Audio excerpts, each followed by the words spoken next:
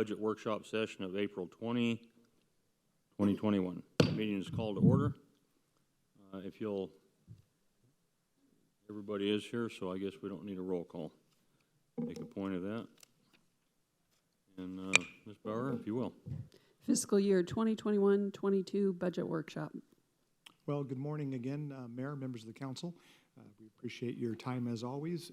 Today we're going to again start getting to more of a process now where we're excited about, and through all the work that's been done over the last 2.5 months. With that, I'm going to turn this over, part of the presentation, to our Budget and Finance Director, Lisette Camacho. Good morning, Mayor, members of the council. Today is our 9th budget workshop and also our final budget workshop on the fiscal year 21-22 budget. For today's presentation, we'll cover follow-up items from the April 8th workshop, summary of changes to the budget, the fiscal year 21-22 total operating budget, total budget and capital improvement plan. The first follow-up item from the last budget workshop is the primary property tax levy. The primary property tax levy could be increased by 2% annually. That 2% increase is about $122,000. The revenues from the 2% increase is proposed to be used as restricted funding source for presumptive cancer care for public safety. If the city does move forward with the increase in the primary property tax levy, we have to go through the truth and taxation procedures. So we are required to do 2 notices in May, as well as a press release.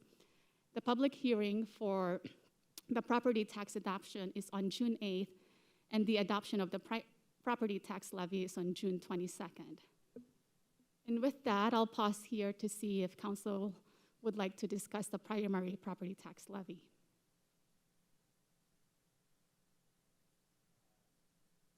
Mayor, I know during our last workshop we talked about the increase in our property tax and by 2% in order to cover some of the expenses we'll be incurring due to the firefighter cancer bill. And I have, as I've thought about this, I have had some reservations about it, and I just wanted to see where the council is today regarding this item. If we want to move forward with this 2% increase, or if maybe we take a stance of let's wait and see. Well, I guess I'll go first. It is sort of a stance of let's go forward as we wait and see. At any point up until late June, we can stop this process. We can actually stop it. Correct me if I'm wrong at any point, okay? At the same time, there is legislation that's moving at the Arizona legislature that a member down there believes that he can get what he's trying to do through. If he does that, we won't have to do ours at all. We'll be able to do what we've been able to do for the last 5-6 years, and that's hold that property tax flat the way we have. But I caution everybody and I warn everybody, please think about if the legislature doesn't do that. This presumptive cancer is law now. Governor Ducey signed it. It's law. And it's not a matter of if we're going to have those claims. We'll have those claims. And we're also going to be running into a situation where the insurance carriers that we have are not going to want to cover this any longer. So we're looking at a huge cliff, and I think we've got to start somewhere. Even though this is very, very small, 121,000 isn't big, and that might be some of your arguments. Well, then why are we doing it? But you got to start somewhere. You got to move that first foot forward. You have to start somewhere. I think showing our firefighters that we're at least going in the right direction to try to make sure that we're going to meet with what the law requires, I think is important. As far as our citizens, I have no problem with a citizen that wants to talk about a slight increase in their property tax that we've held for the last 5-6 years to cover presumptive cancer that the Arizona State Legislature requires us to do. Money's got to come from somewhere. You could say, well, we could take the money that the federal government has given us. We don't even know where we can spend it yet. That's the other problem. Until they actually tell us where that money can be spent, It's just a pipe dream right now. I think we have to make a concerted effort to try to go in the right direction, doing the right thing. And if anything pops up that basically keeps where we don't have to do this, we can stop it in a heartbeat. And I'll be the first one that'll push to stop it. I don't want a property tax, but again, we have to figure out a way to cover ourselves. It's not a pipe dream, it's happening. I mean, this is real.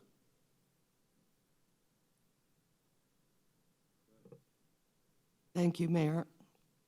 I do appreciate your concern about the issue, and I share that concern, but I do not support the solution of raising the property tax in any way, shape, or form.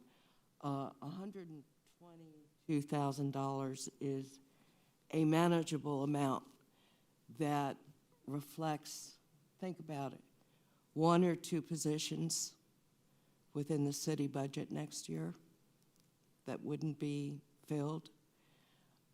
Think about all the revenue that's being generated out by the Loop 303, new money that can also be earmarked, portion of that can be earmarked into a restricted fund. There, $122,000 is a drop in the budget when you look at the size of the city budget, and can be easily absorbed in a lot of different ways. And again, my concern stems from the fact that we are going to be looking at, staff is going to be bringing forward utility rate increases sometime in the future. So that's a double whammy for our citizens. We not only seek to increase the property tax, but I'm sure a majority of council will support increasing the utility rates. The optics are bad. I don't think it's a good move. If we could not afford it from any other source, I would support this. But I know that there are other sources with which to start a restricted fund of $122,000. Thank you, Mayor. Thank you, Mayor. And I share your concern with the presumptive cancer and the health of our public safety personnel. But really, not that $122,000 is not a lot of money, but it's not a meaningful amount of money to apply towards a problem that could potentially be this big, especially because raising property taxes angers our constituents probably almost more than anything else that we could possibly do. We do have to, I mean, obviously the legislature, they're getting ready to, wrap up here in the next probably 30 days or so. And we're obviously going to be waiting to see what they do. But this is, as Councilmember Clark said, not really a meaningful amount of money to apply towards this problem. And we do have some other, I mean, the certificate of participation that we literally just voted on last week is going to afford us a pretty big savings in our PSPRS for our budgeting going forward. And that could potentially, when we talk about planning for the set-aside, we could have a discussion about possibly planning for some money being set aside to address presumptive cancer when we have that discussion. But I understand you're saying we have up until June, what does this calendar say? June 22nd, actually, to adopt the property tax, but I don't want anybody to be under the impression that I'm going to support this if it goes forward. So I just don't think that it's worth angering our constituents. We have we're going to be going out for bonds next year, and we need to consider how raising property taxes is going to affect people's willingness to approve bonds next year that we really need. So it's not a meaningful amount of money, I think, to pursue this, in my opinion. Thank you. Yeah. Thank you, Mayor. Can somebody tell me what the 2% increase, what the average cost it would be to a Glendale homeowner? Mayor, members of the council, we'll have to get back to you with that information. Mayor, members of the council, give us a couple minutes. I think we can find that information, but we'll have to dig around a little bit here. Okay, because I know we're all talking, it's a small amount. Well, I know it is a small amount, and I assume it's not much for all the homeowners and property owners in Glendale. I'm in favor of starting this, just to make the statement that our public safety employees with this presumption cancer would be servicing the city of Glendale, going to homes, being out on our streets, protecting the public. And I don't think the citizens would be the least bit upset that we're putting money set aside to take care of the cancer victims that we might have. Thank you, Mayor. Well, I'm comfortable that our firefighters understand the strength of my commitment to their health and safety. It's been consistent for the past 6 years, so I'm not worried that doing something really insignificant on their behalf would be seen, or not doing something insignificant on their behalf would be seen as any lack of commitment to it. I'm comfortable where I stand in there and what I think, how they view me. This is not a significant amount of money. It won't even be a drop in the bucket towards solving the problem. I think doing it undermines the efforts to create a statewide solution to this problem, which I think is what we need to be working on. If we start sending the signal that we can piecemeal together a little bit from here and a little bit from there and maybe come up with a solution, I think that's the wrong message to be sending. I think we need to stay focused on a statewide solution, work with other cities and our representatives in the state legislature to put a real solution in place here. This is not a problem that's going away. If we're to do this 2% this year, then we're basically taking a step down the road that says, oh yeah, and next year we'll do another 2%, and then the next year we'll have to do another 2%, and another 2%, and another 2%, you know, that is statutorily allowed every year to be able to create any value. At this rate, it will take over 5 years, it looks well over 5 years probably, to accumulate $1 million in the fund. And that's with doing the increase, the 2% increase. So I don't think this is a solution. I do think we need a solution. I offered a potential solution at our last meeting, and I think there are others out there. I think we still have real estate we could put on the market, and I just think we ought to be working at a statewide solution as well. So I don't support going forward with this concept. I think it sends the wrong message to our constituents and, in essence, the wrong message to our firefighters as well. We want to have a real solution to this problem. And I'm also concerned that, as was mentioned, that the impact of raising taxes, even in a small way like this, could be very detrimental to our effort to get bonds passed that we do need, that we can accomplish those bonds without raising taxes.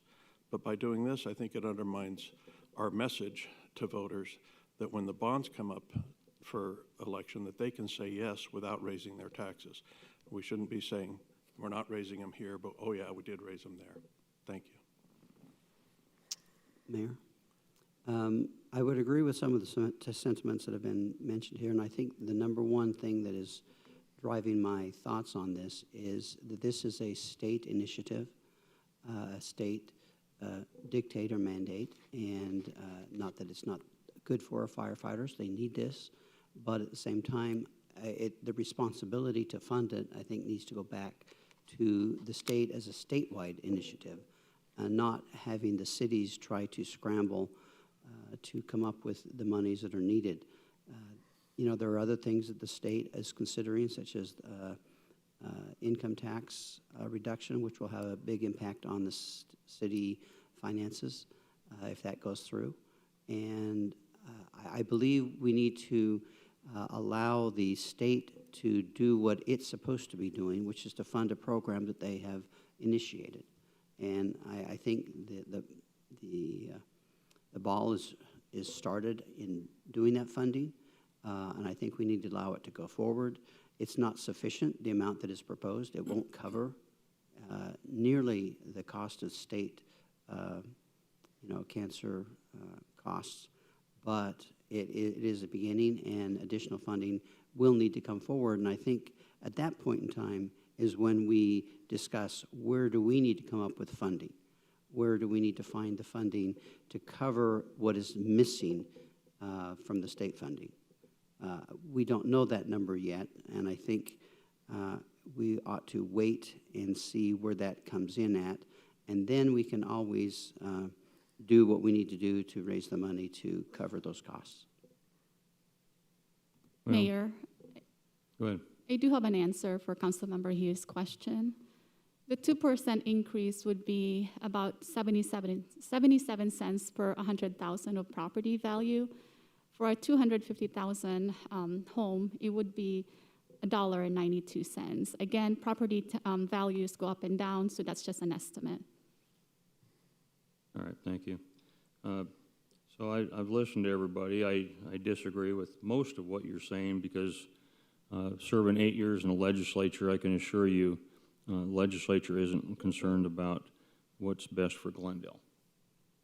They're concerned about what's best for the legislature, which is what their job is. It's their job. They don't represent a city, they represent the whole state. And trying to get that many people from so many different districts to agree on anything is close to impossible. But I would caution all of you, if we don't start something now, if we don't get something going now, the accomplishments that we've done this year and last year, you may be looking at maybe giving up some money for your parks, for some of the things that you fought so hard for the last 2 or 3 years, when for less than $2 or $3 per household, we could at least start something and show that we really are trying to make a difference.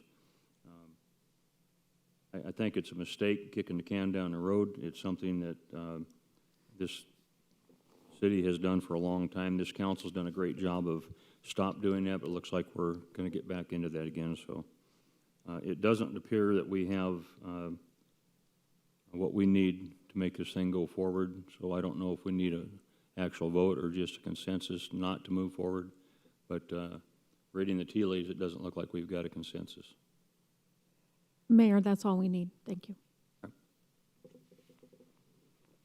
The second follow-up item from the last budget workshop is the food tax. The food tax is a 2.5% tax rate. 1.9% goes to the general fund, 0.1% goes to public safety, and 0.5% goes to transportation. Each 0.1% of the sales tax generates approximately $658,000 in revenue. A reduction of 0.1% would equal $1 per $1,000 in food purchases. And food purchased with food stamps or EBT are exempt from the tax. With that, I'll pause here for if council would like to have a discussion on this as well. Mayor, thank you, Mayor. And thank you to staff for bringing this information back. That's one checkbox for me is that it's in the discussion every year.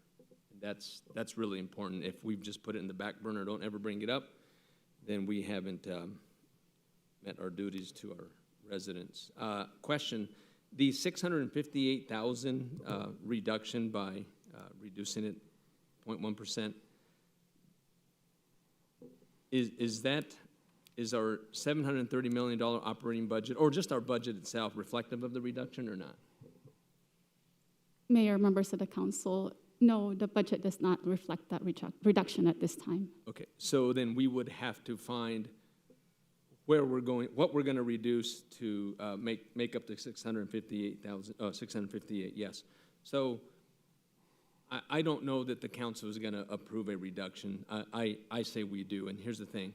$1 per $1,000 in food, not very many people buy $1,000 of food at one point, at one time. And I'm not looking at just individual savings, but holistically as a city, how much can we save, right? And it's $658,000. But what I'm asking going forward is that we need to see a budget with that dollar amount reduced already, and then we can add back if we need to, rather than bring a budget and then say, it doesn't include it, but you have to find it. I want to see the reduction already in it. And then if the council wants to add it back, we can add it back. But I'd like to open up the reduction to council and just see what your thoughts are on a reduction this year or going forward. Thank you, Mayor. Thank you, Mayor. $1,000 in food purchases is somewhere between 5 and 10 weeks worth of groceries for a family. So the savings in a year would be $5 to $10 per household, which is you know, not a significant amount of money, and we've got a lot of other programs available. I'm not saying $10 a year wouldn't be meaningful to somebody, but, you know, if a household really is that tightly with their finances, we have programs available to help them. There's the EBT, there's ways for them to get food. We've got help with utilities, we have rental assistance, we have all kinds of other programs where we can help a family. And I literally, in 6 years, have had one person from out of town talk to me about the food tax. I don't know where the rest of you are hearing from people about the food tax, but, I mean, unfortunately, we're in a situation where we have, and I probably should have asked ahead of time for this, but what's our debt service going to be this fiscal year? That's our biggest issue, is we've got arena debt, we have Camelback Ranch debt, we've got all kinds of debt service, that is why we, I think, for now anyway, need to keep the food tax. Until some of this debt starts falling off our ledger, we've got big payments to make every year. Mayor, members of the council, if, to answer Councilmember Tomaszowski's question, the debt service is actually in the presentation on page 13. Oh, okay, I'll wait. From the general fund, it's about $35.2 million. Councilmember Clark. Thank you, Mayor. I have always supported a reduction in food tax, but based upon what I'm reading here today, I'm not supportive of the effort right now. I do like Councilmember Aldama's suggestion that staff come back to us next budgetary year with that reduction already built in. Again, you have to, our budget is increasing year over year. Why is it increasing? Because of all the activity out at the Loop 303. We're getting one-time construction sales tax money, but we're also getting property tax over years. And that's not even considering the Crystal Lagoons project, which projects an annual revenue source to the city of just south of $10 million a year. We are, thanks to the efforts of Mr. Phelps and staff, economically we are doing very well. And our growth has been phenomenal, and it has allowed us to enjoy many of the things that we talked about this year that we incorporated into the budget, for which I am very thankful, and I do thank staff for all of their hard work. But I say again that I spend about, I'm going to guess and say about $6,000 a year on food. This would save me $6 a year. It's not meaningful even to poor people, the amount of savings.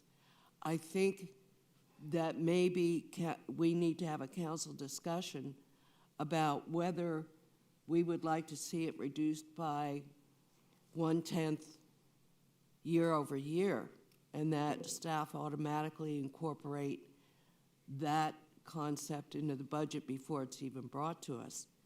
That might be a meaningful discussion. And even at that point, that would take 19 years to get rid of the sales tax on food, if I am doing my math correctly, which is debatable.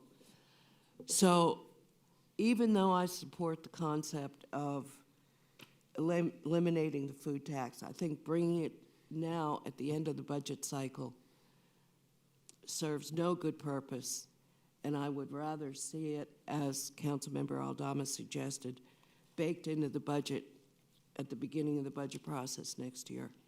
Thank you, Mayor. Thank you, Mayor. I agree with some of the sentiments that have been discussed. I am in favor of a reduction in our sales tax on food. We need to start somewhere. I think we could incorporate it into this year if we really wanted to. I would be in favor of trying that if we have council consensus to do so. But if not, I would like to see us have council consensus to include it in our budget next year, to have it included, at least a 0.1% reduction. And then, again, And I agree, you know, it's not a lot of money, the 0.1%, but we're talking a 1.9%. We're talking about 19 of those reductions over time. And then it does make a difference when you multiply it by 19. And that would be, I think, our goal, is to eventually eliminate at least that part of the sales tax on food that we can. We cannot eliminate some of the sales tax on food because it's a voter, I don't know what you call it, initiated or whatever. But I would be in favor of moving it forward either this year or for sure next year to the 0.1%. Thank you. Thank you, Mayor. Well, first off, I appreciate Councilmember Aldama bringing this up as an item for discussion. I think that every year for the past few years, either he or I or the both of us together have brought up the discussion about, you know, should we be looking to decrease our sales tax, whether it be our general sales tax or our sales tax in food. And I think it's a discussion this council should have every year. And I think the time probably to have it is at the front end of the budget cycle, like is being talked about. But I'm not in support of baking in to the budget, saying today that we're baking into next fiscal year's budget a reduction. I think that's a decision that we make prior to the beginning of, you know, when we start with our first reports on the budget. Same time that we adopted that we would not be raising the property tax this year. That we were, we took that position early on in this conversation. So if my math is correct, the food tax in total generates $16.45 million, of which $12.5 million goes to the general fund, $3.3 million approximately goes to the transportation fund, and $658,000 goes to public safety, if my math is correct. And I have, like Councilmember Tomachoff, I have very few constituents that talk to me about lowering the sales tax on food. I do have a couple. One comes to mind, Joe. And but I do have constituents that are constantly asking me about things that need to be, if we're going to accomplish or maintain or restore or take new steps towards, that's going to have to be funded through the general fund. And I'm reluctant to reduce general fund income as long as we have so many outstanding needs in the community. I would potentially consider looking at the allocation and perhaps reducing the amount that goes towards the transportation fund. It is funded in it's a good sized fund. Mr. Friedland, I noticed your eyebrows raising there, but it's worth consideration that maybe we should look if the distribution is what it should be. And even though the transportation tax was approved by the voters, I don't know that we're prohibited from lowering it or for any reason. I don't know that we're not under the Voter Protection Act at the state level. Doesn't trickle down to us. So we'd have to see. I'll open for advice, but I'm not anxious to make a move now. So thank you. Thank you, Mayor. I agree with the council members on not wanting to eliminate any part of the food tax right now. I can drive. I don't have anybody complaining to me about the food tax, but like Councilmember Turner, I have a lot of people thanking me for the roads now being completed in the neighborhoods in front of their houses. I'm getting a lot of positive feedbacks on things we're accomplishing. Also, Phoenix shoppers are coming and paying that tax. I have a couple of Fry's right on 43rd Avenue in Glendale, and they are some of the busiest grocery stores I've ever seen. And thank you, Phoenix shoppers, for coming there. Our casual shoppers come in and buy at our Costco and buy foods, and they're paying that sales tax for us. Also, our winter visitors will help pay that food tax. I don't have any complaints, and I think I'd just leave it alone for now. Thank you. Mayor. Thank you, Mayor. Again, this is exactly what the residents want their leadership to do, is have the discussion. And we just did, and I thought it was a very healthy discussion. The last couple of years I brought this up, it was not just the food tax, it was the sales tax. Which one is more prudent to reduce? Which one is most beneficial to the residents? And every year that we bring it up, it's always at this meeting at the end. So is the reason why, and I would ask the mayor if you would ask for consensus, that we build it into the budget next year and then we add it back. And then with the discussion or the comments with regard to hearing from the residents, I think demographics lead the conversation on whether or not a sales tax or food tax impacts them.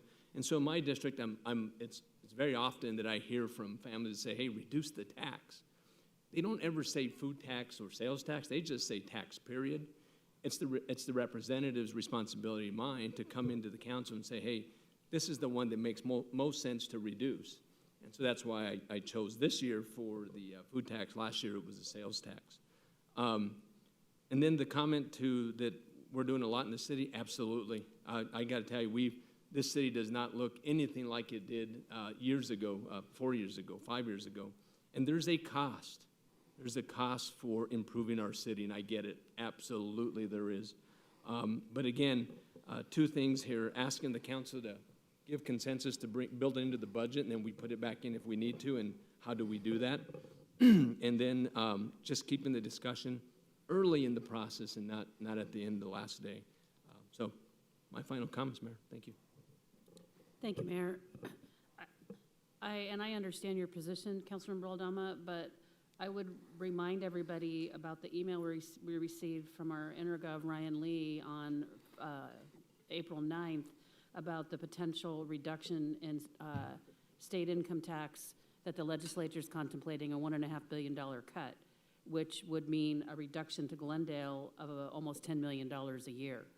So, I mean, there's a lot of other things at play here, and so at this point, I would not be willing to say bake it in. We start our budget discussions early in the year. We have plenty of time to have that discussion next year if we decide that that's what we want to do, but I would say at this point right now, we're not clear enough on what the outcome is going to be of this legislative session to actually, for me anyway, be comfortable in saying, yes, let's do that. Thank you. Mayor, Hold on a second. Yeah, go ahead. I concur with Councilmember Tomachoff. I guess I've thought about it and listened to the discussion, and I had forgotten about the state's run at reducing income tax, which has a dramatic effect on every city's budget. So I no longer support my own idea of baking it into next year's budget.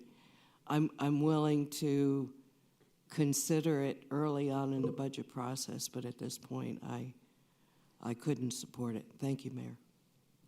My two thoughts is basically it was pointed out in what legislature's talking about doing, which goes back to our earlier discussion and why I was pushing for that. I think that we've got some major challenges, and I think if we're going to do anything as far as cutting any income coming into the city or getting rid of income that we know we have coming, I think it's way premature for us. I think we're going to have some issues coming up. COVID-19 issues are going away, which means we won't be getting the same Fed money. A lot of things we've enjoyed in the last year, we're not going to have the luxury of in the coming years. I can't support a tax reduction right now as much as I would like to get rid of all of it, not just a part of it, but the reality is we need it. We just need it. Mr. Phelps, would you like to make a comment? Yeah, Mayor, members of the council, so just as a reminder, the best time to discuss kind of, your policies is when we do the forecast, which happens towards the end of the year after staff has had, and we do it, I think, first week or two in January, where we really have a better picture of what's happening with the economy and where our sales tax growth is at, et cetera, et cetera. And then what we normally do is we tell you, based on the following assumptions, here's how we will build the budget going forward. So that would really be the appropriate time, not knowing, for example, what's happening with the state shared income tax, as an example. To make the decision today without knowing that the normal process is do it when we're doing our financial forecast. That's where we build our assumptions around, and then and that's when we get consensus on freezing the 2% property tax. We talk about the GO tax, we talk about all of our sales tax items at that point, but we'll provide you with what our forecast is for the coming year of what that revenue will be. And as Councilmember Clark indicated, there's a gigantic windfall of sales tax from construction.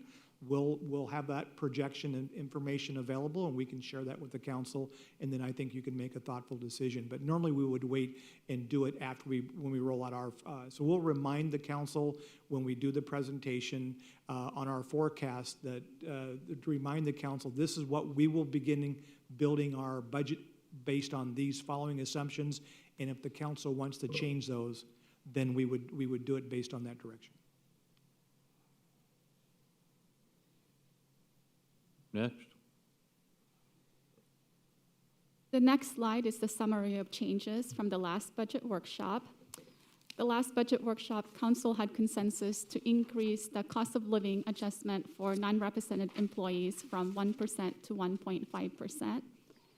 There's also one position reclassification from community services. There is no budgetary impact. The current position is a building maintenance supervisor, reclassified to facility maintenance supervisor. Again, there is no budgetary impact for this reclassification. We've also added appropriation to pay the PSPRS unfunded liability. That appropriation is in non-departmental for $260 million, and the capital carryover has also been updated. With that, the total budget appropriation is about $1.2 billion. $730 million in operating, $280 million in capital, $139 million in contingency, and $93 million in debt. The debt here that you're seeing includes general obligation bond, excise tax, and also any water debt that we have. The operating budget for fiscal year 21-22 is about $730 million.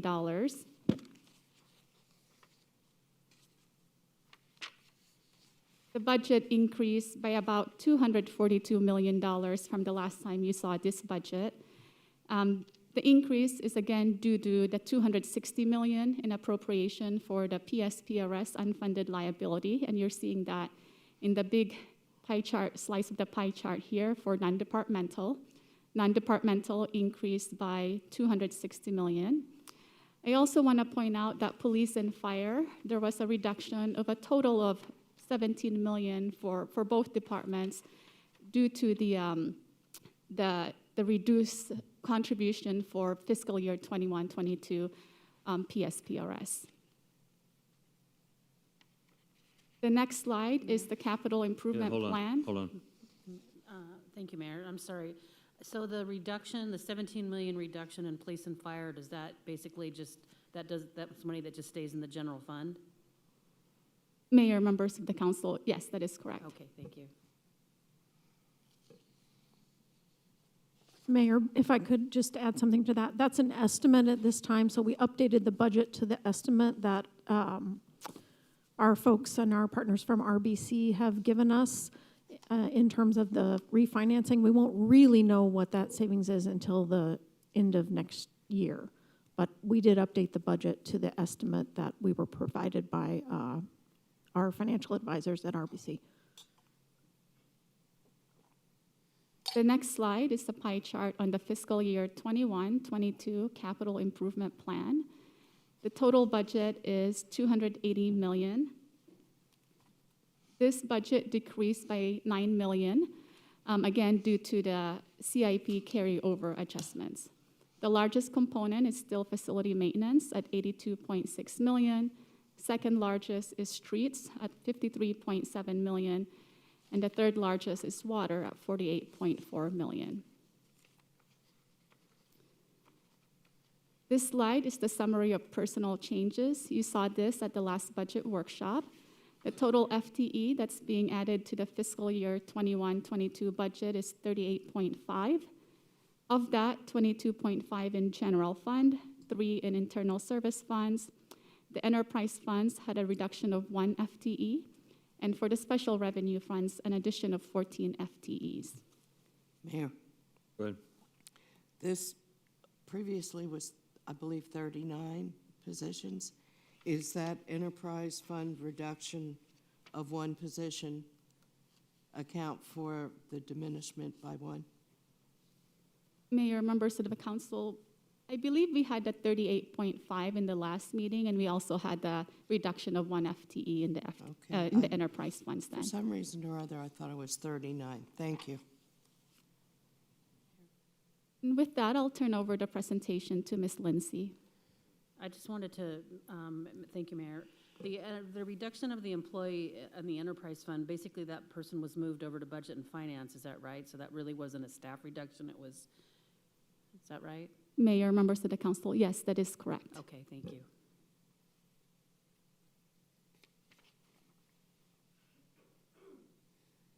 Mayor, members of the council, the next few slides that we're going to go through are highlights that are included within the fiscal year 21-22 budget. The first thing that we'd like to make note of is that the budget is balanced, that all the funds are meeting their fund balance requirements, that there is an item included in the budget for employee incentives for innovation or excellence in service. It also includes a 1.5 cost of living adjustment plus performance pay of 1.5% available for non-MOU employees. This next slide demonstrates the sources and uses of funding for the fiscal year 21-22 general fund budget. The general fund has a beginning unassigned fund balance of approximately $93 million. We have operating revenue at approximately $544 million, a transfer in of $30 million for total sources for the general fund at approximately $667 million. We have operating expenditures at approximately $481 million, transfers out of $122 million, $3 million of contingency is included within the general fund budget for total uses of $606 million, with an unassigned ending fund balance of approximately $61 million. The next slide goes over the transfers that are included in and out of the general fund. Hold on. Thank you, Mayor. I'm just curious with the contingency, is there a best practice of how much contingency? Should it be based on the amount of the budget, or I don't remember.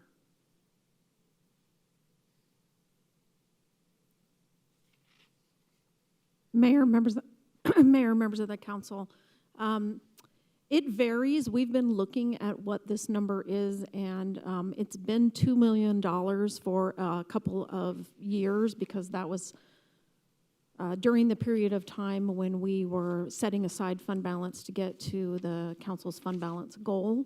We think 3 to 5 million is probably more appropriate, so we've gone ahead and increased it from 2 million to 3 million this year.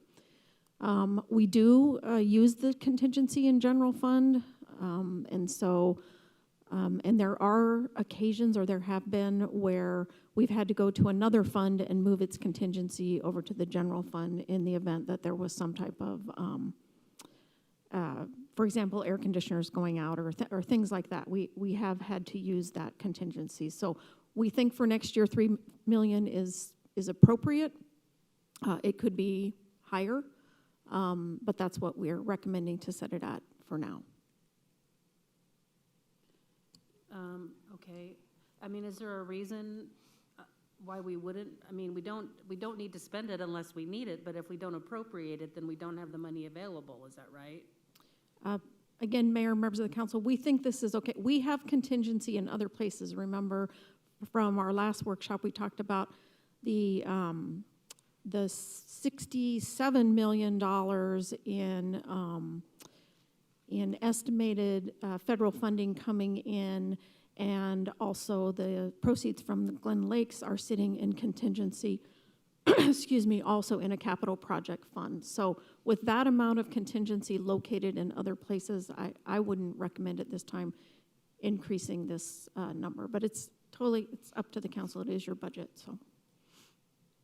Okay, I just was curious whether, I mean, I do realize it's higher than it has been, But I know the reason it's been $2 million for several years is because that's basically, we were trying to push money into the fund balance, which we've exceeded our goal in the fund balance. So, but we do have that other money available. I didn't know what there's a best practice. The fund balance is, what, 25% of operating revenues? Is that what our general target was for our operating revenues are higher now, but if there was a best practice number that we should be working towards for our contingency based on the amount of our budget, I don't know what that is. Mayor, members of the council, I have to get back to you on that. I don't know exactly if there is a best practice or a percentage. I'm not actually aware of that. I'd have to do some research on it. I'm just aware of more of what has worked best for us as a city. And, Okay, all right. and its usage over the years. So. Mayor? To follow up on the contingency issue, was the $2 million in contingency from last year's fiscal budget entirely consumed? Did we use it all? Mayor, members of the council, no. I believe we've used approximately 600,000 of the contingency for the air conditioning replacements in City Hall, and then we also added 500,000 for design of the City Hall. Okay. So at this point, we've been able to deal with the amount of funding, an appropriate amount of funding in contingency, because historically we don't seem to use it all year over year. Would that be an accurate statement? Mayor, members of the council, Councilmember Clark, that's correct. Thank you. Mayor, thank you. So we've had for several years a target of $50 million in our reserve for our general fund. And I'm looking at this ending unassigned fund balance projection here of $60,815,000. Is that the same line on the budget that we've been targeting to get to 50 million? Mayor, members of the council, the number that you're speaking of, 50 million, is the same as that number. However, the target is actually not $50 million. The target for the fund balance is 25% of our ongoing operating revenue. So last we did that calculation, it was actually closer to 61 million. However, as it's been pointed out, those operating revenues can change over time. And in the calculation of the 61 million, we didn't do a lot of work on pulling out one-time revenues, such as the revenues from construction sales tax and things like that. So part of what's driving that number to be a little bit higher are contingency, this contingency that's here, and also one-time revenues that have been coming in that we anticipate spending over time, such as the CARES fund balance that we talked about last fall. So it's a little bit higher than we might think. It's not much higher than the 25% right now,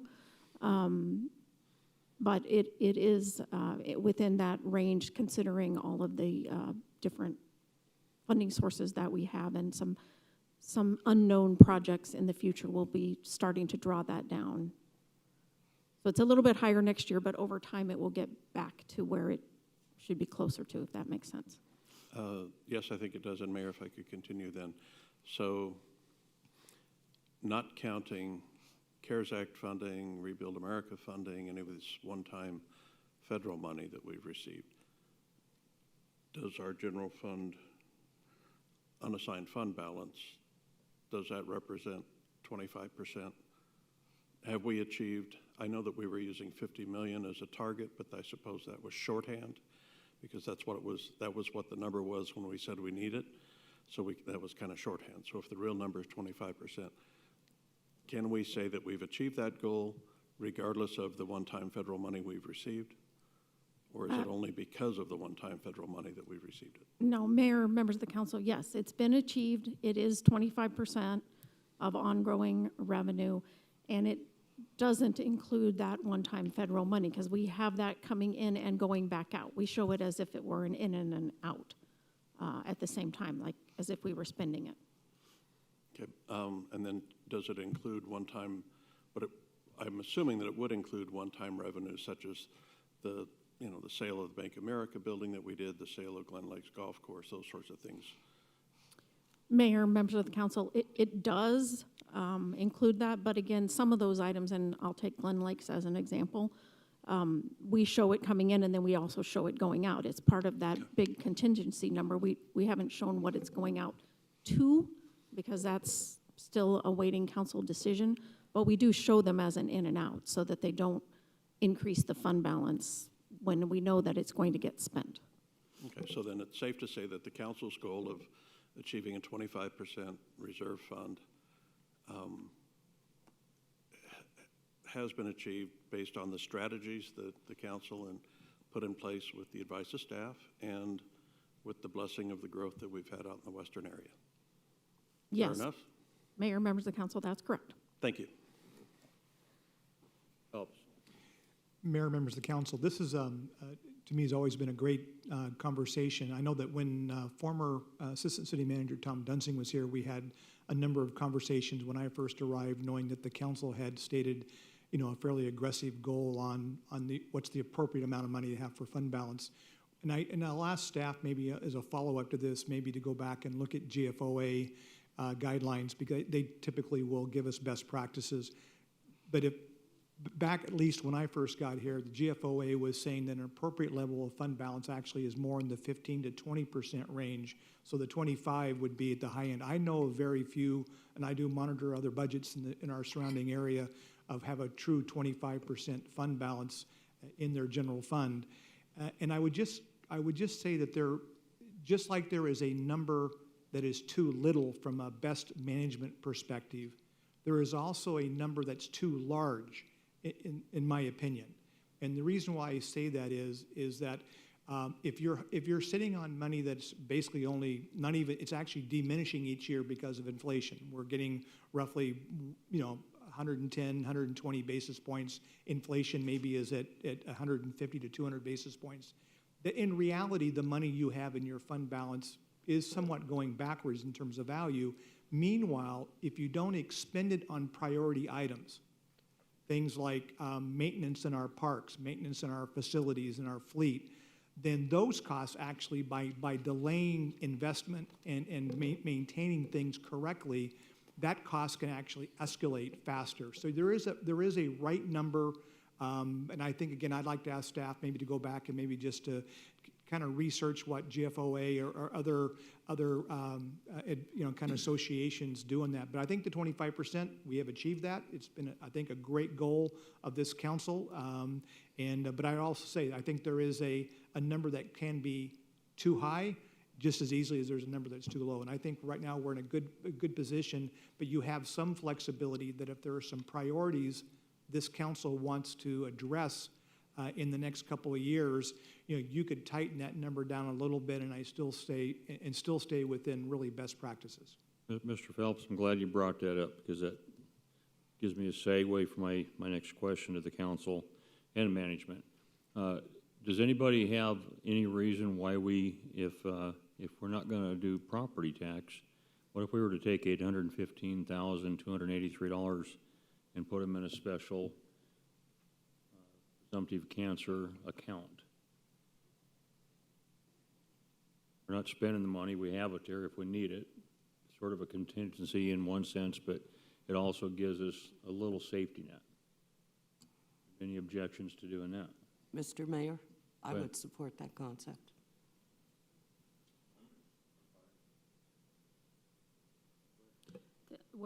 Thank you, Mayor. Does it come from risk management? Is that where the claims, is that how the presumptive cancer works? I'm not even sure. Where would we be talking about putting this money? Mayor, members of the council, the presumptive cancer claims are paid out of the workers' compensation fund. And in that fund, based on the analysis given to us by HR risk management and our actuaries, we've already put aside into the risk into the workers' compensation fund. In this budget, we've already put aside the amount we think will be needed to pay those claims for the next year. Now, again, they can be higher or lower, and adjustments may need to be made along the way because it's only an estimate at this time. But for now, we did increase the amount into the workers' compensation fund in anticipation of those claims. Yeah, she did. She did answer my question. So basically, we feel like we've set aside enough money to cover any claims that may arise. And if we don't, then we have contingency also that could be used for that. That's correct. Mayor, members of the council, that's correct. That fund, we increased the amount going to the workers' compensation fund. Ms. Camacho's looking to get me a number on what that was. And that fund also has contingency, and the general fund has contingency in the event that the claims are higher than we anticipated. Mayor, if I could continue. So, and based on what the operating budget is, at least our rule right now, or what we've been working with, is 25% of our operating revenues is closer to 61 million than 60 million. Mayor, members of the council, that's correct. It's closer to 61 million. It's based on 25% of ongoing operating revenues. So we attempt to, as best we can, to take out one-time operating revenues. So for example, the CARES Act money and different things like that are not ongoing operating revenues. So we remove those and then we do the calculation, and it is around 61 million. Okay, thank you. The only concern I have about this is if we put aside money, the legislature could say, well, look, Glendale came up with a solution. The rest of your cities, you go do the same thing. And then I feel this is a burden that the state needs to take care of. And we need to allow them to take care of it. If they fail to take care of it, then we'll have to take emergency actions and do these kinds of things. But I don't know that it's in our best interest to get ahead of what the responsibilities of the state are, because this is a state responsibility, and I know, having spoken with folks about it, that there'll be plans in the future to continue to lobby the state to fund this program, and I think they need to. I think there are a lot of revenue sources available to us as a council to meet the needs of the presumptive cancer program. I believe they'll be there, and there will be ways for us to fund it. I just don't know jumping on that right now is the right way to do it, because it sends the wrong message, in my opinion, that we can just do this and take care of it and there's no problem. And that's not the case. This is a problem that is statewide, and the state needs to come up with a solution for it. And then as there's gaps in the program, we will need to fill those gaps in. And then we'll have the opportunity. That fund balance isn't going to go away. It'll still be there. And I think that's when we then take action to do that. Thank you. Yeah, 1 second. I completely understand what you're saying, but I disagree with you. It's our responsibility. We can't control what the legislature will or will not do. And if we're not looking forward as we are talking through this budget process and planning and expecting and all those unexpected things that happen, shame on us. The state's not going to step in and bail us out if we did something wrong. I think it's up to us to do everything we can to make certain that we're covered. We're not raising taxes here, which was your earlier concern. We're simply taking money that we have and putting it into another fund balance. So it's not like we're spending the money. You can call it anything you want to. But the fact is that it could cover us in the future if something unexpected happens. More importantly, if we have claims and they do come back and change the state shared revenues, we got problems. We got some serious problems. And I'm just not willing to take that chance. I think it's too risky. That's my opinion. Mr. Aldama, you're up. Thank you, Mayor. Just simply put, I can support the proposal that's on the table using the fund balance. Period. Thank you. I heard about half of what you said. I can support the proposal that you have on the table using the the fund balance for the firefighter presumptive cancer. Thank you, Mayor. I understand your position, but I disagree with it. We have taken responsibility and planned for it, as Ms. Rios said. We've set aside money to what we feel would be the right amount of money for potential claims this coming year. We are taking responsibility for our firefighters and plan for it by the way the budget's written. And in the event we don't have enough money, we have contingency. I would say then put the extra $800,000 in contingency, and then doesn't get spent if we don't need it.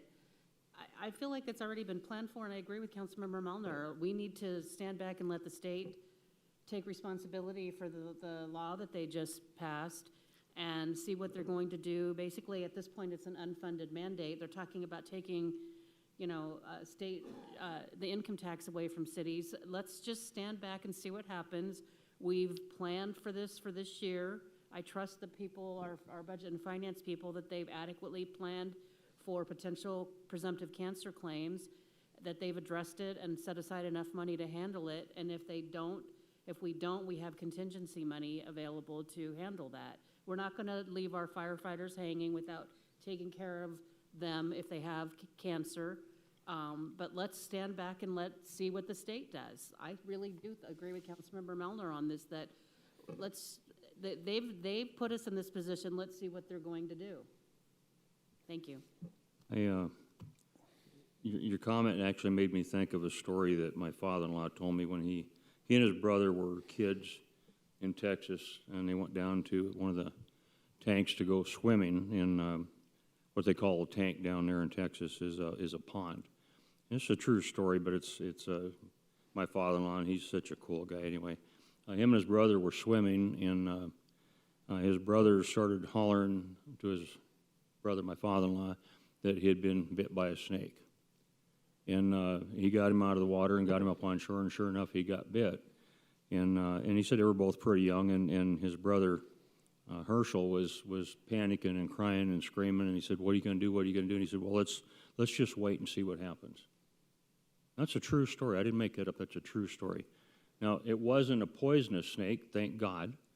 There were a couple kids, but it's a true story. Again, I don't think that it's prudent upon us to wait and see what the state's going to do. We know what the state's trying to do, and that wasn't a mean poke. That was just a story. It just reminded me of that. But again, I think that we need to really be cautious. If all of these things do transpire in the negative, that's a huge hit to us. It's a monster hit, and at that point, there are going to be things that we can't undo. And so, again, we can continue talking, but I believe that we've got a consensus. I will allow you to speak some more. Okay. I'm just waiting. Are you finished? Okay.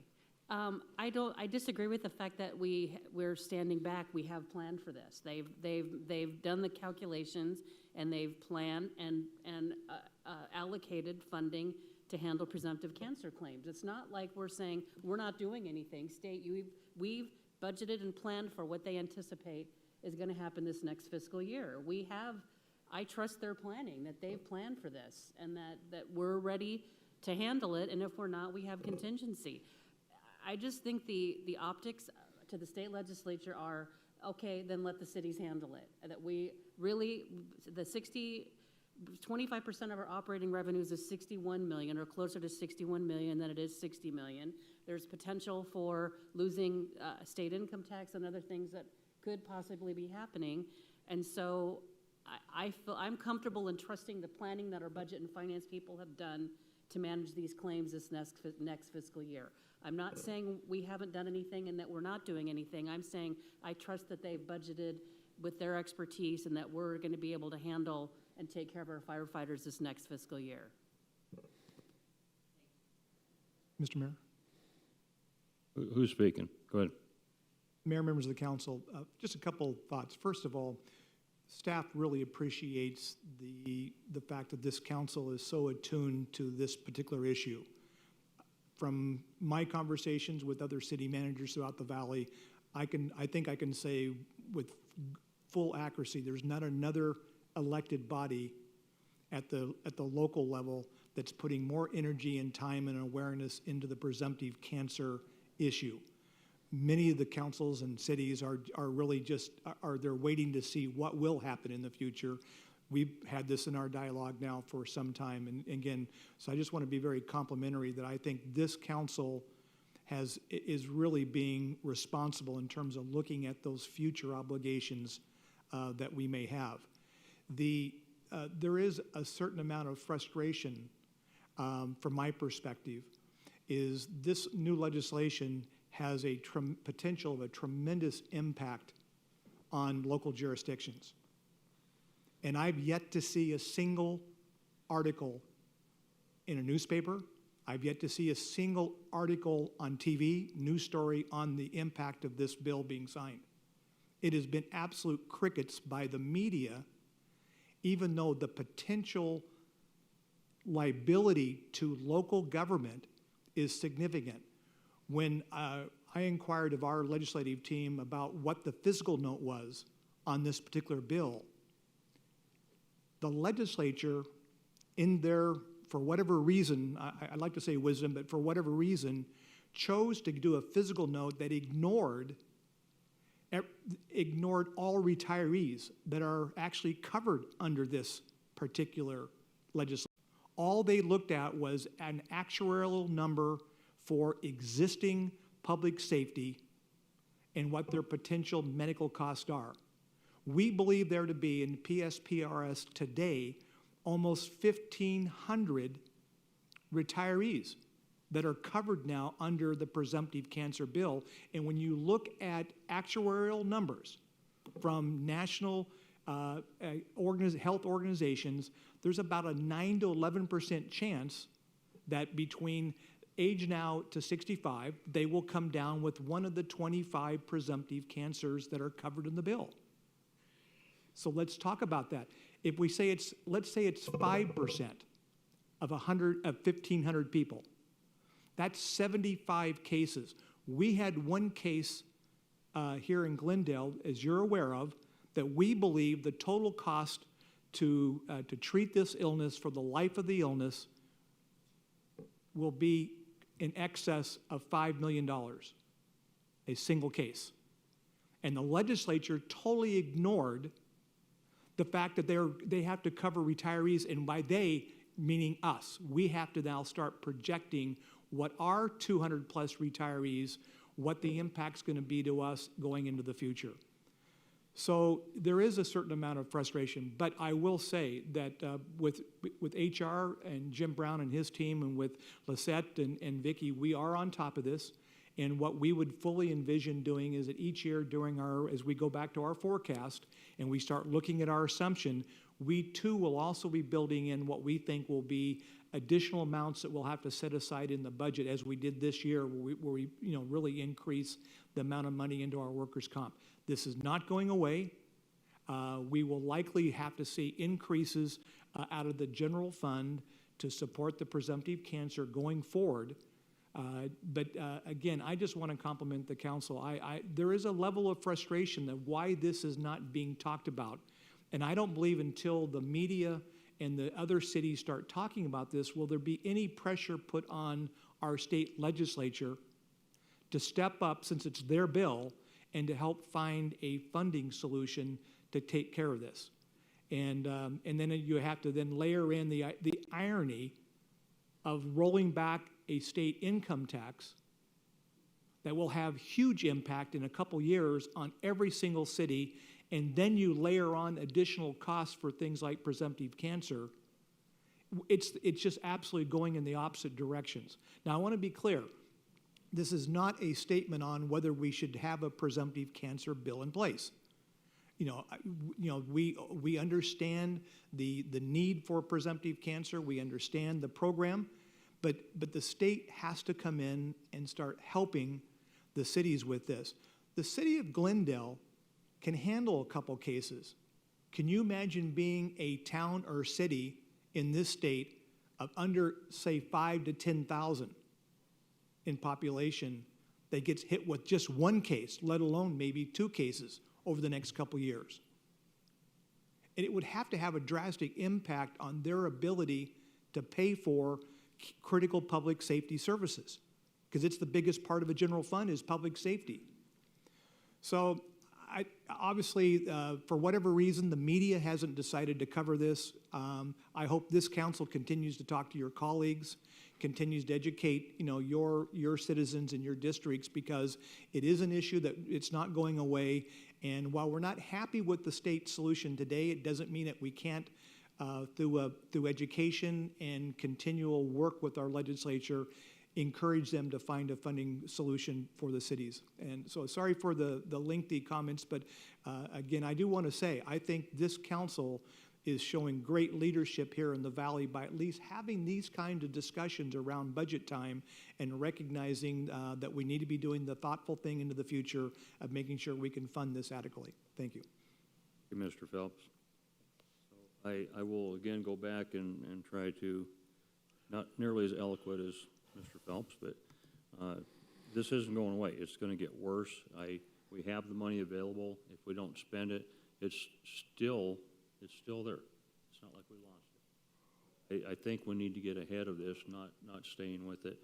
And I think the staff does a fantastic job, but there's not one person sitting over there that can tell you whether a retired firefighter from Glendale is going to come down with cancer tomorrow. It's impossible. It's a best guess, but it's impossible. I just think that if we have that little bit bigger cushion, I think the city would be in a lot better shape. So I would ask for consensus. Mayor, I want to make sure I understand exactly what you're asking to do with where this money would go. Would it be just tagged in the contingency fund, or where would it be? And that would be up to Mr. Phelps in budget. As long as it's earmarked, if you want to use that word, it may not be the best word to use. As long as it's earmarked, I don't care where they put it. As long as we know that we've got it set aside for that. Mayor, maybe I'll ask staff on this, but I guess what I'm hearing right is it's really about increasing the amount of contingency in our workers' compensation fund, which we've increased. So what you're suggesting is we would take $815,000 of the projected general fund, unreserved fund contingency, and putting $815,000 and put it into the workers' compensation fund itself? Is that what? The unassigned fund balance, yeah. And I'm just going off the numbers they have there. So instead of $60,815,000, just $60 million would be left there. The $815,283 would be set aside for presumptive cancer claim. Mayor, members of the council, I believe that is what, if I'm understanding what you would want us to do, that is what we would do. We would take the funds actually and transfer them into the workers' compensation fund, and then the next question would be, do you just want them in the workers' compensation fund for all types of claims, or within that fund, council can then ask us to restrict them to restrict that amount to only Presumptive cancer. presumptive Exactly. cancer claims. Exactly. Mayor? I'm support that, but I really don't know that earmarking it is a good idea, because I wouldn't want to give the state legislature anything they can point to that we've set aside for that. And I forgot to ask when I was talking to Budget and Finance before, how much did we increase that contingency this year in anticipation for some possible presumptive cancer claims? So you said we increased it, but I didn't ask you how much.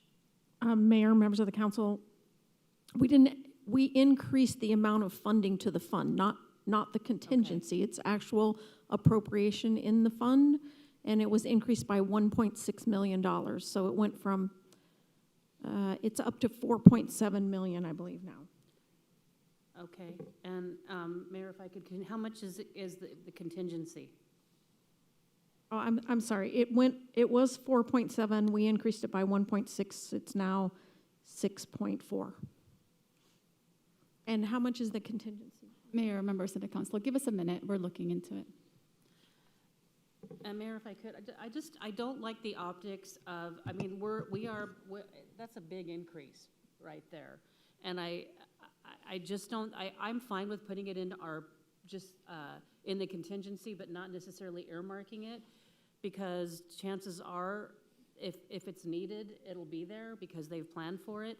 But I don't think it's a wise decision to give the legislature anything to point to that, well, Glendale's taken care of it, as Councilmember Mulliner said, the other cities should be able to take care of it too.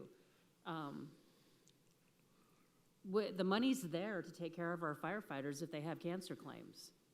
We've taken care of the firefighters that have had cancer. There was some confusion initially with, I think the first time I ever heard about presumptive cancer was maybe a year and a half or so ago. I wasn't even really aware of it. But, I mean, our intention is to take care of our firefighters and plan for it through the normal budget process. A $1.6 million increase in that workers' comp fund is a big increase. So I would support putting the other $800 and some thousand in there, but not necessarily earmarking it in the event there may be some other catastrophic injury also, you know, that's not related to presumptive cancer. You know, other things could happen to our employees besides just the presumptive cancer. So depending on how the fund would end up paying out, if the money was needed, it could be used for whatever it would be needed for. Say we had a big presumptive cancer claim, and then the account's depleted, and then we have a police officer that's injured that needs the workers' comp fund, and now we've earmarked the money for presumptive cancer, and we don't have so I'd be more comfortable in just saying, put the money in the contingency, the workers' comp contingency, and make it available. But we could end up being sorry that we earmarked it. If we have a presumptive cancer claim, we exhaust the money, and then we have another claim, and now we've earmarked the contingency that we can't use for to help another employee. Mayor, I think I get the point, and I hope everybody else does. The state is adding a whole new group of people that are now eligible for cancer benefits. It's not the usual ride that we've been going through for the past few years. I do share the mayor's concern that this is an item that is going to balloon considerably. Because if I remember correctly, and someone can correct me if I'm wrong, it's no longer the claimant's responsibility to prove that that person got cancer on the job. It's now the city's responsibility to prove that they didn't get cancer on the job. I mean, the legislature has done a number on cities that is unbelievable. I believe that there is reason for major concern that it's not cancer the way we used to pay claims. I think the idea of earmarking $815,000 into a restricted fund within workers' compensation for presumptive cancer claims is a wise thing to do, and I continue to support it. And as far as the legislature is concerned, what Glendale does or does not do is but a drop in the bucket compared to the other 28 cities in the valley that are ignoring it and all the other. What do you think is going to happen when a small town like Snowflake gets 1 or 2 presumptive cancer claims? They are going to raise the roof, bring media attention like we've never seen before, and then the legislature will pay attention. In the meantime, it doesn't hurt to prepare and be on the safe side. I don't think the legislature will even be aware of what Glendale has done unless we turn around and issue a big press release. Glendale has put aside $815,000 for presumptive cancer claims. So under the circumstances, I support the mayor's concept. I think it has to be a restricted fund within workers' compensation. Thank you, Mayor. Thank you. I would hope that everybody, including the people that are watching this, understand we're not complaining about firefighters that end up with cancer. That had nothing to do with this. We're simply trying to figure out how do we legally fulfill our obligation of what the law now requires. Period. And we can plan all we want to, but again, this is one of the very few times that we actually have some money where we can set aside. I'm positive, for serving 8 years at the legislature, you don't have members sitting down there going through every city's books trying to figure out what did they set aside for different things. It's not what they do. They have their hands full. This is one of the few legislature that actually has money to spend, and that's why they have fights. If they didn't have any money to spend, it'd be a short session, they'd be out of there. They actually have a very large surplus themselves. So they're not going to worry nearly as much about what we have as they're assuming that if they have a large surplus, everybody else does too. That's sort of the way it is. It's everybody thinks that everybody's like everybody else. So again, I'll take one final comment and then we're going to move forward with this. Thank you, Mayor. Maybe I didn't make my point very well. I'm not disagreeing with you that we set the money aside, but my point is, just say, for example, that we have 2 or 3 presumptive cancer claims and we exhaust the $6 million that we have set aside, and then we have another, and we've set aside this $800,000, but we've earmarked it for presumptive. Would it be first, are you talking about first spend? I'm just saying if it's not categorized or earmarked, that we basically spend down, pay the claims, and that if we end up that we've paid a couple of big presumptive cancer claims, that the money's still available for other workers' comp claims. I just don't want us to box ourselves in unintentionally to not being able to use the money if we need it. So. And I guess the answer to that is there's no time where this council, staff can't bring it to council and say, you earmarked money, we need money somewhere else. Can we get approval to change that? And we can certainly do that. We can certainly do that. I seen him raising his hand. Mr. Phelps. Just for the council, what we could do today is first move the $815,000 into the workers' compensation fund. You'll still have other opportunities if you want to think about it in terms of earmarking it or segregating that amount off. But for today's purposes, to keep things moving along, we can go ahead and move that into there. We'll bring this back as you get ready to adopt the final budget. You guys have an opportunity to kind of think through the best way to do that. And so the decision wouldn't have to be made today on whether it's segregated or not, but we can certainly take action to move it and increase the workers' comp fund by the approximately $815,000. Thank you. And I really don't like the word earmarked, and I'm the one that brought that up. It's basically another silo, just a place to park the money in case we need it. And if we don't need it, then it's there. I can support doing this, but at the same time, this is a one-time money. This is not going to address the problem, and that's what I'm gearing towards. There are states in the country who have statewide programs, and that's what I'd like to see us do. That's what I'd like to see happen. And I just don't want us to go out and take money from other opportunities we have to improve our city to address this issue when there could be other ways of funding it. But we will have to have a conversation, a serious conversation, on how we are going to long-term support this if the state doesn't come up with a program. I believe that there are plans in place for that to happen, and that's what I will encourage to see happen. But nevertheless, I know we have to prepare. I'm a little uncomfortable doing it because I don't want to send a message that don't worry about the cities, they're going to cover it. They have money in their budget, they can cover it. We're going to have to come up with some long-term strategies if we end up going down that path, and this isn't it. Taking some one-time contingency money is not going to fix the need of the multi-millions of dollars a year that will be needed for this program down the road. Thank you. And I appreciate that, and it wasn't intended to be a permanent fix. But again, it's a direction we're going. We recognize there's a need, and we're trying to figure out. We can't make those decisions till we know what the legislature is going to do either. So at least this is a small fix towards that. And you know what? If the state works it out and they figure out a way to cover us, that doesn't say a year from now we couldn't undo this money and put it back into our general funds. We have lots of options. So consensus? Mayor, I haven't had a chance to speak yet, so thank you. I generally agree with Councilmember Malnar and Councilmember Tomachoff. Our staff is telling us that they have increased the Workers' Compensation Trust Fund and the contingency with this in mind. It's already baked into the budget that we walked in here considering.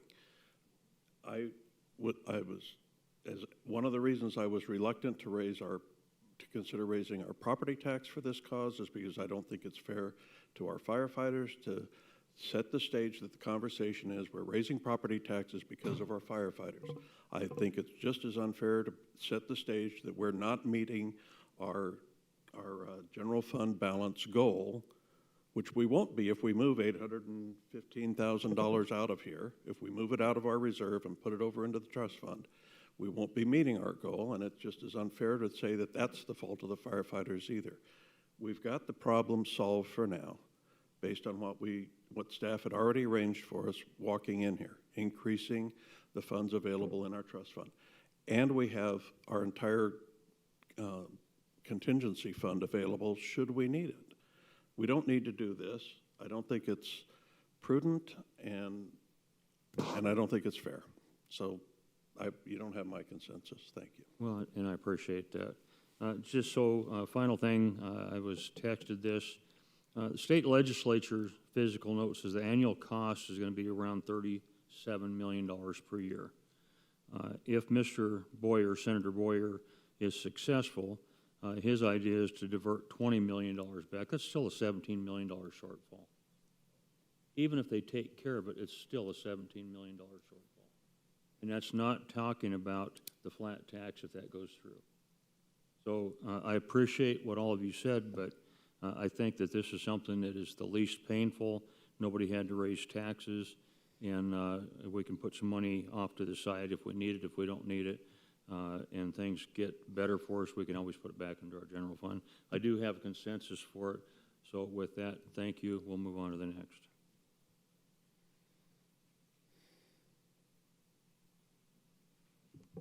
The next slide that you'll see are the transfers for fiscal year 21-22, both in and out of the general fund. Transfers into the general fund include public safety sales tax from both police and fire for a total of approximately $30 million. Transfers out of the general fund include $2.4 million for vehicle replacement, airport special revenue at $147,000, CAP grant at $64,000, public housing at approximately $387,000, gripstick of $2.2 million, the interfund loan of $1.7 million. General fund capital projects is about $75 million. That includes the project that has the appropriation for the American Recovery Act and the Glen Lakes proceeds. Debt service for the PSPRS refunding bonds that we're issuing of approximately $5.7 million, and then debt service for MPC and excise tax at $35 million, for a total of $122.4 million. Mayor. Go ahead. Thank you, Mayor. I'm not sure I know what the interfund loan is. What is that? Mayor, members of the council, that is we call it the maintenance of effort, but it's the payback to the enterprise funds for the loan for the NHL payment from a few years back. So, I'm sorry, say that again? It's the repayment of the general fund paying back the enterprise funds for the loan for the NHL payment from a couple years ago. Well, that wasn't a loan to the, okay, well, it was an internal loan, but it wasn't a loan to the NHL. Right, Okay, yeah, the thank payment to the NHL. So the next few slides we're going to go through are highlights from the budget that include departments that had any supplementals that were added, and there's also capital projects that are included within these slides. The first of which is community services. The Community Action Program had 3 FTEs added, 1 for a CAP intake person and 2 CAP program coordinators. Excuse me. There were, excuse me. There were grants for utility rental assistance and a grant from the U.S. Treasury Emergency Rental Assistant Grant. CDBG also received community revitalization grants and an IT project for grant and case management. and there were also emergency shelter grants added. Development Services has a few new FTEs, 2 residential building inspector specialists, an inspector specialist, a development services representative, and an administrative support assistant. Economic Development had 1 FTE added for an arts and culture coordinator. The fire department has 8 new FTEs that are grant funded for the second MRU. There was appropriation included for the vehicle and equipment for the second MRU, appropriation for thermal imaging cameras, the e-lock systems for the medication refrigerators on the trucks, SCBAs, which are self-contained breathing apparatus, new and replacement turnout gear, and appropriation increases for contractual services for CAD dispatch and also contracted medical director services. Human resources, the appropriation was included in both risk management and workers' compensation trust funds, which we've just been discussing. There was also increases in the benefit trust fund, employee incentive program for innovation or excellence in service, appropriation for the tuition reimbursement program, and then appropriation for the EAP traumatic event counseling. Innovation and Technology had 3 FTEs added, a senior systems analyst, an enterprise GIS administrator, and an IT project manager. There was also funding included for temporary staff and increased funding for software maintenance, cybersecurity, and equipment replacement. The IT projects that are included in the Innovation and Technology Fund are the technology-enabled conference rooms. There's a case management system in there for HR, employee notification system, the data lake project, mobile device management, NeoGov, resilience and disaster recovery assessment, and a cybersecurity review assessment. In non-departmental, we have increased funding for the ASTA rebate, increased the funding for unemployment insurance, and added the appropriation to pay PSPRS unfunded liability. The police department had 6 positions added, 3 communications specialists, a violent crimes detective, a CID person crimes detective, and a public safety media relations FTE. Temporary pay was also added for a video redaction specialist. Cell phones were added for all sworn personnel and the drone program. The police department also has appropriation for the Motorola Premier One maintenance and several IT projects, an evidence management system, a 911 logging solution, digital forensic storage solution, and mobile data computers. For fiscal year 21-22, public facilities, recreation, and special events added 2 FTEs, a senior service worker and a service worker. Temporary pay was included for both park rangers and general laborers, and funding for parks maintenance and equipment for the Heroes Regional Park Splash Pad and Glen Lakes Park. In public facilities, recreation, and special events, they also have several capital improvement projects. These are just a few of them. Saguaro Ranch Park improvements, Heroes Regional Park Lake, the community center upgrades, park restroom replacements, upgrades at Foothills Recreational and Aquatic Center, a mid-city splash pad, and additional funding for park improvements. Water services highlights include increased appropriation for raw water, chemical, and building maintenance costs, increased funding for Pyramid Peak Water Treatment Plant and the West Area Reclamation Facility, and capital projects that include Pyramid Peak Water Treatment Plant expansion, the Luke Air Force Base wastewater connection, the West Area Water Reclamation Facility improvements, and the 91st Avenue wastewater treatment plant improvements. In the facilities department, 3 FTEs were added, a CIP project manager, a trades worker for HVAC, and then a trades worker for plumbing. The citywide key control program was included, and they have several capital improvement projects, including the city court renovations, the Glendale Operations Campus, amphitheater renovations, and improvements to the City Hall elevator and parking garage. Landfill has increased appropriation for credit card fees and attorney services, increased funding for overtime and contract labor for landfill and the materials reclamation facility, and capital improvement projects for the North Cell Liner and equipment replacement. Solid Waste has a new FTE for an equipment operator and a new FTE for another equipment operator, one for street service and one for curb service.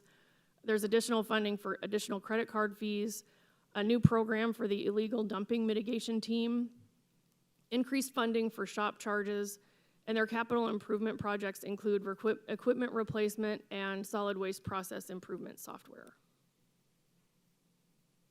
Fleet has additional funding for total vehicle replacement and additional funding for contracted services, vehicles, supplies, and software maintenance.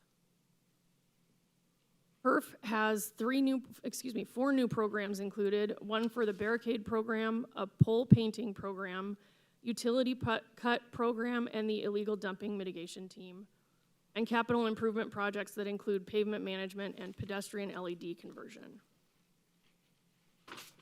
Transportation sales tax has a new FTE for an airport service worker, additional funding for the regional ADA program, and the pavement management program.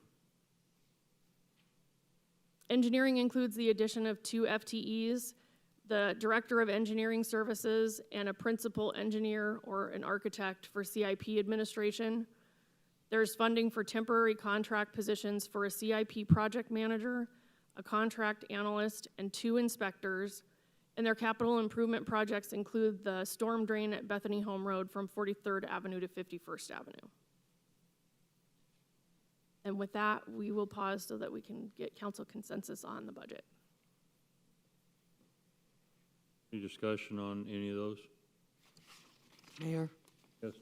just a general comment. First of all, I want to thank senior staff and budget staff for the effort and work put into hosting 9 budget meetings. It was a Herculean effort, and it is much appreciated. I know how hard you all work to present this material to us. I always find the budget process interesting. It's where we politely argue about everything. And there's a certain amount of push-pull between the things that staff thinks ought to be in the budget and things that council would like to see in the budget. So it's been a healthy discussion over those 9 sessions, and I think we've come to consensus and have developed a budget that everybody can be proud of and live with. There are a lot of good things in the budget, too many to go over, and you all just went over each and every one of them not more than 2 minutes ago. So I want to thank you for your work. I am pleased to see this budget coming forward. I support it wholeheartedly, and thank you again for your work. Thank you, Mayor. Mayor. Thank you, Mayor. I too want to take a minute to thank our staff, city manager, and all the leadership for all your diligence in creating the budget, bringing it through us, and always accommodating our requests and editing that budget. Really do appreciate you. But I want to take a minute to thank the council for the council's leadership in approving a project in last year's budget, and I had the pleasure and privilege of touring the new splash pad over at O'Neill Park, and it's just absolutely great. While we were there with staff, there were 5 families trying to get in the gate, and unfortunately, because it's not open, we weren't able to, but what they said to Janet was, don't worry, we'll wait. It'll open up in May, we'll get there. So they are extremely excited, and this budget here in last year's budget only improves our city and each of our districts for our residents. So thank you very much, and thank the council for supporting the splash pad O'Neill Park, and I hear there's some other improvements coming along, so thank you. Thank you, Mayor. I too would like to jump on that bandwagon of thanking the staff for the dedicated effort they put into creating and bringing forth these budget items. I know we've had some very robust discussions, and I think that's good. I think we come to a better solution when we have robust discussions. And we may not always agree, but I think the end result is always better when there's a robust discussion. And I just feel like we've done a great job this year with our budget, and I appreciate everything that council and staff has done. Thank you. Thank you, Mayor. Yeah, I want to thank staff. I know it can be difficult hearing, you know, it's like trying to herd cats sometimes. But I think, you know, I know staff puts a lot of effort into the budget, and I know my colleagues up here, we take our responsibility representing the citizens of Glendale really seriously, and we put a lot of time and effort into trying to bring forward a budget that's going to really benefit the citizens of Glendale. So I appreciate your patience with us as we work through this. I know it can be difficult at times hearing, you know, from all seven of us up here with different maybe perspectives of how we look at things. But I think at the end of the day, we arrive at a budget that is, you know, really, really well researched, well thought out, and really benefits the citizens of Glendale. So thank you. Thank you, Mayor. Again, my thanks to staff. Every year you do a terrific job of putting together a proposed budget, walking us through our ideas, and incorporating them when we have consensus. It's a good budget for next year. Though I don't agree with every detail, I do believe I can agree with it in the whole. And fellow council members, good work. You know, this really is the nuts and bolts of our job, and I think we had a grand total of 6 or 8 people watching on Facebook Live, so it's so good that they know. But no, it's a good process, and we've turned out a good budget. Thank you. Thank you, Mayor. I agree with the whole council on this. And what the good news is, a few years ago, we argued because we didn't have any money. And so this is a much nicer way to end our budget year with having money to pay for the things that our citizens deserve. Thanks to the leadership of the city. Thank you. I remember, I guess it was 8 years ago or 9 years ago, first budget that I had to vote on, it was a no vote. Some of you might remember that, but it's because we didn't have a balanced budget. And at the time, I was told, well, it's really close. Really close don't work unless you're throwing hand grenades.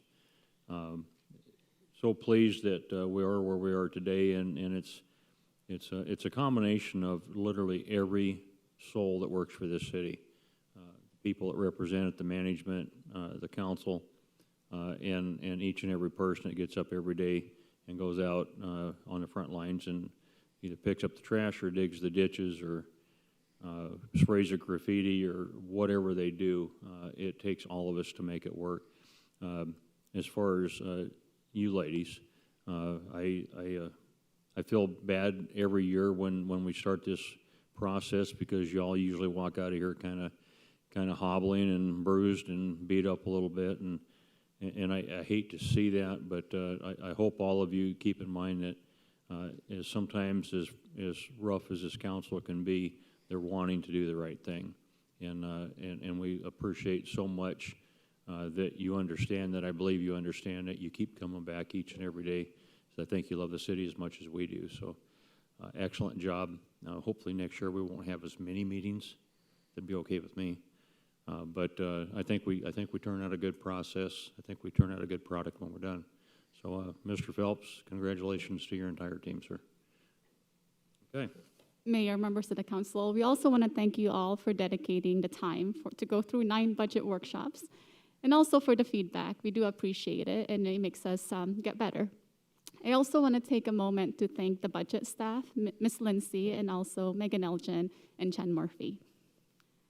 The next meeting we'll have is a tentative budget adoption on May 11th, and with that concludes our presentation. Very good. Mr. Phelps, did you have anything you needed to add? No? Okay, so, council members, is there any questions or comments? Seeing none, there be no further business before this council. This meeting is adjourned.